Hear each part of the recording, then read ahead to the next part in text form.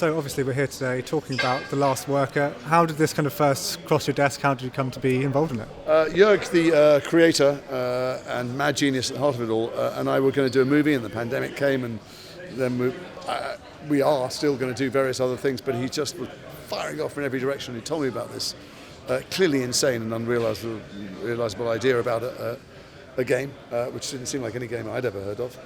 And we recorded some things which I thought was just keeping my friend busy and keeping the wolves from the door. And then here we are. It's a real game. I didn't think anyone made games this adult and this complicated, this kind of politically subversive, but apparently they do, or he does anyway. And how did he initially describe it? Like, was it like an elevator pitch kind of situation? Yeah, well, I mean, he told me the rough story of it, and I thought, well, you're clearly going at the richest man in the world, and I wouldn't, that's not a boat I want to be in. But he did, and you can buy it through all of the various tech companies that the game itself attacks.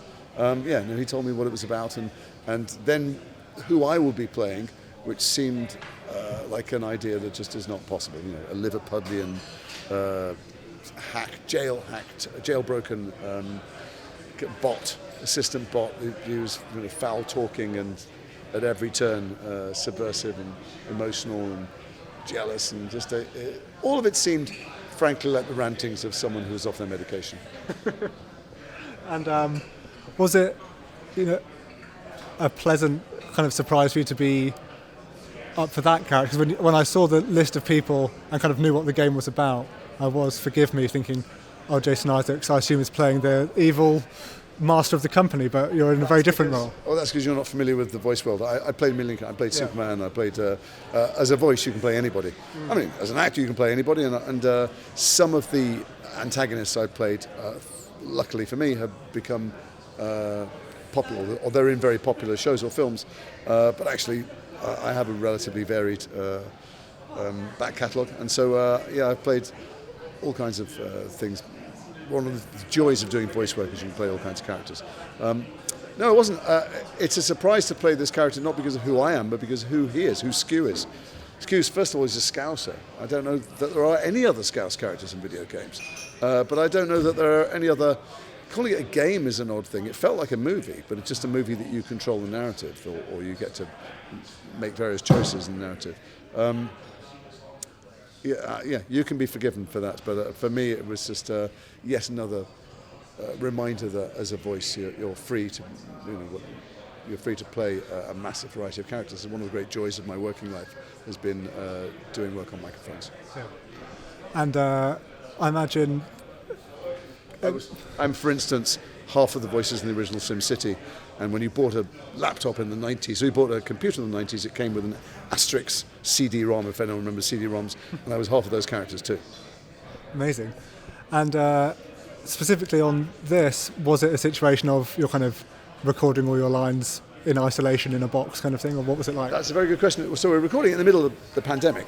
So at a time when it felt like the world might be ending and we would never all meet again, we were telling a story about the end of the world and the last people alive.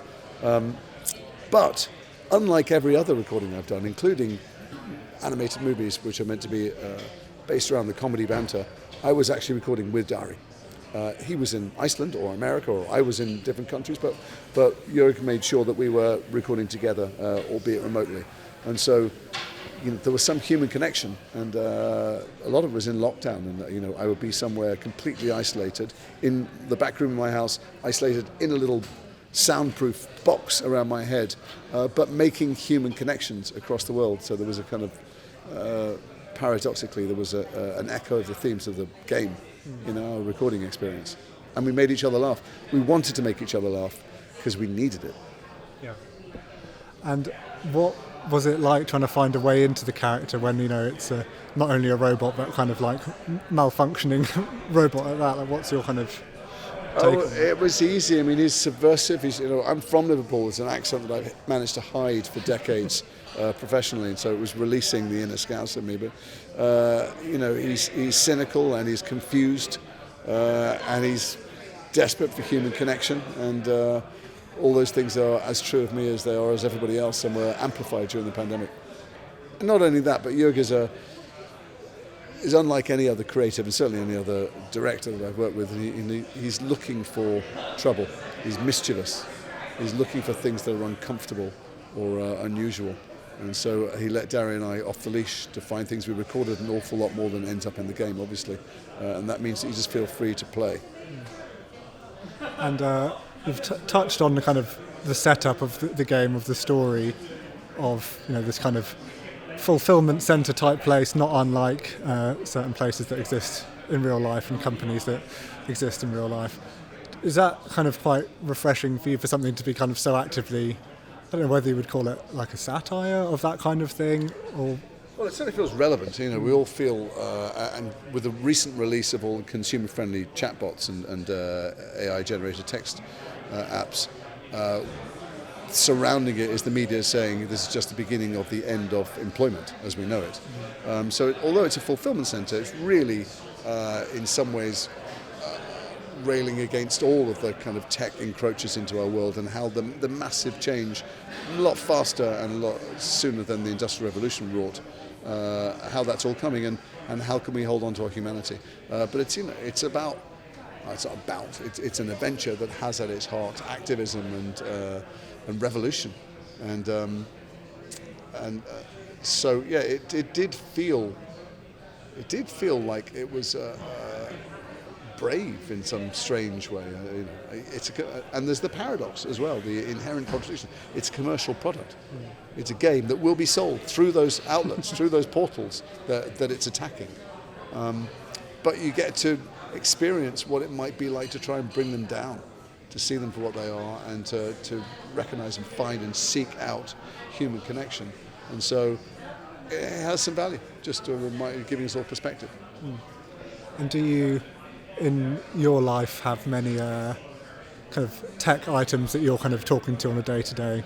I've got an Alexa speaker thing that I'm talking to. I'm an utter geek. I've been an early adopter my whole life. I was on the internet a long time before the World Wide Web came along. I was on newsgroups and bulletin boards, and a long time before FaceTime I was on See You See Me, if anyone remembers that original program. So I'm surrounded by gizmos, and I talk to them and I look at them and I listen to them all the time, and I'm aware what a slave I am to them, and I'm aware, I read a lot about it too, and I'm aware how it's designed to give me the very physiological hits that keep me addicted, and yet I can't break that cycle. Sometimes when one of my machines breaks, if for instance my phone, there's these gadgets that were meant to free up our time and give us all this unlimited leisure time.